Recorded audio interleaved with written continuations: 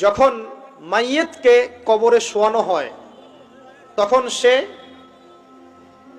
তাকে দাফন করে যাওয়া ব্যক্তিদের হাঁটার খসখস আওয়াজ শুনতে পায়। এরপরে তাকে যখন শুইয়ে দেওয়া হয়, সে যদি মুমিন ব্যক্তি হয় তাহলে তার মাথার দিকে তার সলাত এসে দাঁড়িয়ে যায়। দুনিয়াতে আপনি যে নামাজগুলো পড়েছেন, আমি যে নামাজগুলো পড়ছি, এগুলো মাথার দিকে দাঁড়িয়ে যায়। ডান দিকে চলে আসে তার সওম মানে কি? রোজা। বাম দিকে চলে আসে যাকাত।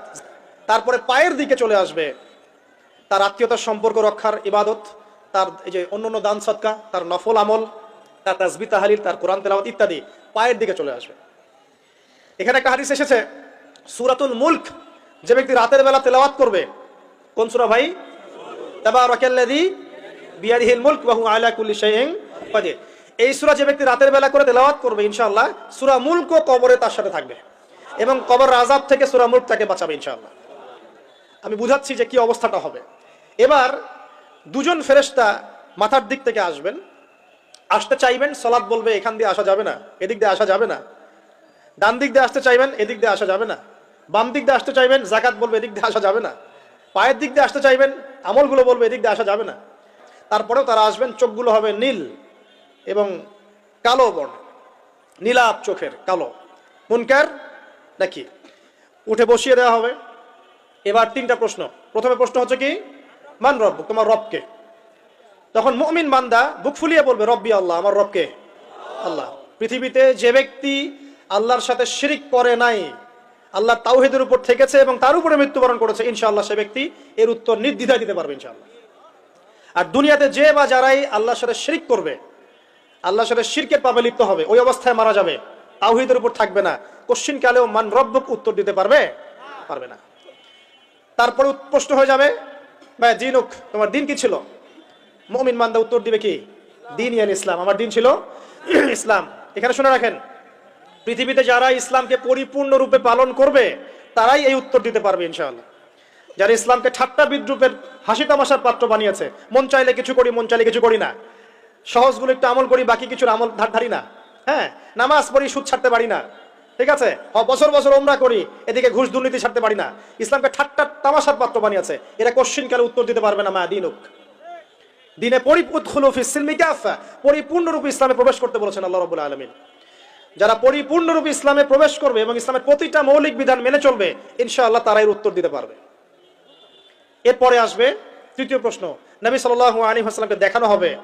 যখন দেখানো হবে তখন সূর্য যখন ডুবে যায়, যে দৃশ্যটা আমরা দেখতে পারি না, ওই দৃশ্যটা ভেসে উঠবে এবং মুমিন বান্দা অস্থির হয়ে যাবে, বলবে আমাকে ছেড়ে দাও, আমি নামাজ পড়বো। সুবহানাল্লাহ।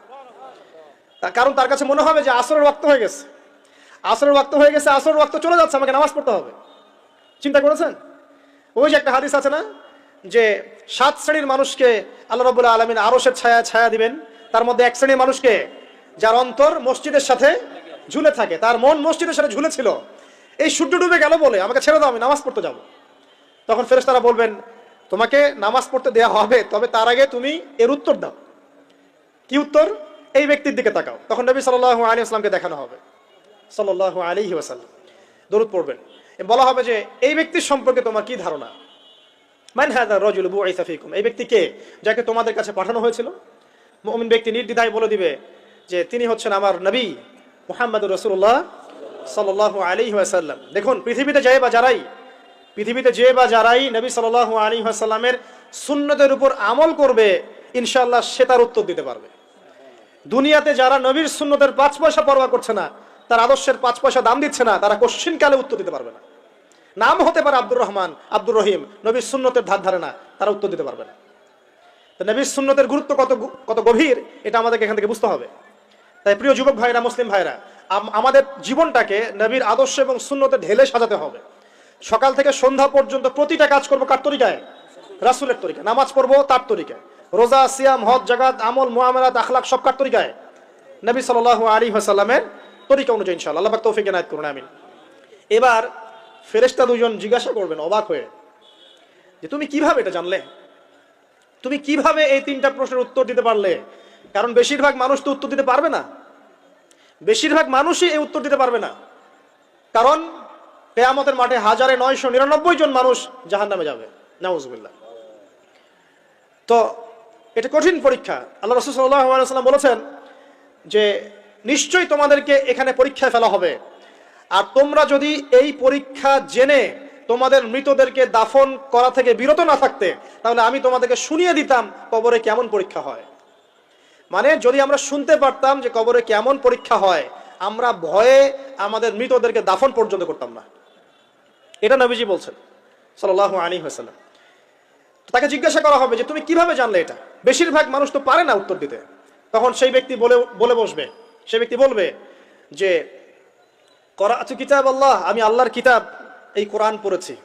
মুমিন বলবে আমি আল্লাহর কোরআন পড়েছি, ফাআমানতু বিহি, আমি এর উপর ঈমান এনেছিলাম, ওয়া সাদ্দাকতু, এবং সত্যায়ন করেছিলাম। সুবহানাল্লাহ। অতএব দুনিয়াতে যারা দ্বীনের জ্ঞান অর্জন করছে না, কোরআন পড়ছে না, হাদিস পড়ছে না, পড়াশোনার চেষ্টা করছে না, জানার চেষ্টা করছে না, কবরে পাওয়ার ডিফিকাল্ট আছে। এটা একটা অন্যতম প্রশ্ন। আমরা কিন্তু মনে করি 3টা প্রশ্ন হচ্ছে, আসলে প্রশ্ন হচ্ছে কয়টা? 4টা। 3টার পরে আরো একটা এক্সট্রা। কিভাবে জানলে? তখন উত্তর দিচ্ছে আমি আল্লাহর কিতাব পড়েছি, ঈমান এনেছি, সত্যায়ন করেছি। সুবহানাল্লাহ। নবী সাল্লাল্লাহু আলাইহি ওয়াসাল্লাম হাদিসের পরের অংশে বলছেন যে যখন কাফের বান্দাকে উঠানো হবে, তখন ডানেও কিছু নাই, বামেও কিছু নাই, সামনে পিছনে কিচ্ছু নাই। মাথার দিক থেকে ফেরেশতারা চলে আসবেন, উঠিয়ে বসানো হবে, প্রশ্ন করা হবে কে তোমার রব? একটাই উত্তর, লা আদরি, আমি জানি না। নাউযুবিল্লাহ। কি তোমার দিন? লা আদরি, আমি জানি না। এই যে আল্লাহর তো খবর নাই, আল্লাহ পাকের বিধান মেনে চলার কোনো খবরই নাই, পরোয়াই নাই। সে জানবে কিভাবে ইসলাম কি জিনিস? সে জানবে কিভাবে আল্লাহ কি জিনিস? ও তো আল্লাহকে চিনেই না। দিব্যি বলে বেড়াচ্ছে মহাবিশ্ব সৃষ্টি হচ্ছে বিগ ব্যাং থেকে, আল্লাহ বলে কেউ নাই। মানুষ সৃষ্টি হয়েছে বান্দর থেকে, নাউযুবিল্লাহ। ওই যে ডারউইনের মতবাদ, কি থিওরি অফ এভলিউশন নাকি? হ্যাঁ, তাই তো মনে হয়, অনেকদিন আগে পড়ছি ভাই, ভুলে গেছি এগুলো। যাই হোক, মানুষ তো আল্লাহকে চিনছে না। এখনো মানুষ মনে করছে যে আল্লাহ বলতে কেউ নাই, এবং এই মুক্ত চিন্তার নামে, বাক স্বাধীনতার নামে নাস্তিকতার যে চর্চাটা বেড়েছে বাংলায়, এটা আশঙ্কাজনক। বড় বড় বিশ্ববিদ্যালয় থেকে পড়ে আসছে, অনেক সময় দেখলাম বড় বিশ্ববিদ্যালয়ের প্রফেসর, সে বলছে যে মহাবিশ্ব বিগ ব্যাং দিয়ে সৃষ্টি হয়েছে, সৃষ্টিকর্তা নাই এখানে কোনো। তো মুসলিম বিজ্ঞানীর একটা কথা বলতেন যে মানুষ বিজ্ঞান সম্পর্কে অল্প জানলে নাস্তিক হয়ে যায়, আর অনেক গভীর জ্ঞান অর্জন করলে আল্লাহর কাছে আত্মসমর্পণ করে। খেয়াল করে দেখবেন, ডক্টর, ইঞ্জিনিয়ার যারা বড় বড় লেভেলে চলে গেছেন, অনেক সিনিয়র, তারা কিন্তু বেশিরভাগ নামাজি দেখবেন, নামাজ পড়ে, দান সৎকা করে, সমাজ কল্যাণমূলক কাজ করে। তারা কিন্তু রোগীর সেবা করতে গেলেও বলে যে নামাজ পড়িয়েন, রোজা রাখিয়েন, তারা কিন্তু বলে। অনেক ডক্টর আমি দেখেছি এমন, যারা যত বেশি গবেষণা করে তারা তত বেশি আস্তিক হয়ে যায়, আর টুটাফাটা গবেষণা করলে নাস্তিক হয়ে যাবেন। কত প্রশ্ন, ইসলামের এটা কেন, ওইটা কেন, ইসলামে বহুবিবাহ কেন, হ্যাঁ, ইসলামে কি পর্দার বিধান কেন, তারপর ইসলামে এত রেস্ট্রিকশনস, এত বাইন্ডিংস কেন, হ্যাঁ, স্বাধীনতা নাই কেন, কত প্রশ্ন। ইসলামের এগেইনস্টে কত তীর এখন ছোড়া হচ্ছে। তো এই ব্যক্তি কেমন করে উত্তর দিবে যে মাহাদিনুক, তোমার দিন কি? আল্লাহর দিকে কত প্রশ্ন ছোড়া হচ্ছে, কত শিরকের পাপ আমরা করছি, অনেক সময় মুসলিম হয়েও শিরকের পাপ করছি। কিভাবে উত্তর দিবে মান রব্বক?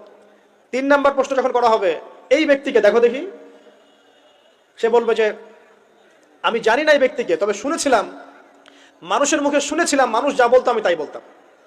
মানে সে রাসূল সাল্লাল্লাহু আলাইহি ওয়াসাল্লামের নাম শুনেছিল হয়তোবা, কিন্তু তার সুন্নত বা আদর্শ কখনো মেনে চলে নাই, পারলো না। এবার জান্নাতি ব্যক্তি হলে কি হতো? ওই যে সূর্য ডুবছিল যেখানে, তার দৃষ্টির সীমা পর্যন্ত কবরকে প্রশস্ত করে দেওয়া হতো, এবং জান্নাতের একটা দরজা তার কবরে খুলে দেওয়া হতো। এটা কিভাবে করা হবে সেটা আল্লাহ পাক জানেন, এটার ব্যাখ্যা করার জ্ঞান আল্লাহ আমাদেরকে দেন নাই। যেই মানুষের ক্ষুদ্র জ্ঞানে মানুষ ব্যাকটেরিয়া ভাইরাস নিয়ে গবেষণা করতে হিমশিম খেয়ে যায়, সে মহাবিশ্বের স্রষ্টা নিয়ে কিভাবে গবেষণা করবে? আল্লাহ পাকের অসীম জ্ঞানের সামনে আমার জ্ঞান কি? খুবই ক্ষুদ্র। হাদিস এসেছে বুখারী শরীফের মধ্যে যে একটা মহাসমুদ্রের মধ্যে যদি একটা পাখি 1 ফোঁটা পানি উঠিয়ে নিয়ে যায়, ওই 1 ফোঁটা পানি হচ্ছে মহাবিশ্বের জ্ঞান, আর বাকি পুরো মহাসাগর হচ্ছে আল্লাহ পাকের জ্ঞান। তো আমরা এই ক্ষুদ্র জ্ঞানের মানুষ হয়ে আল্লাহর জ্ঞানকে কেমন করে পেনিট্রেট করতে পারি?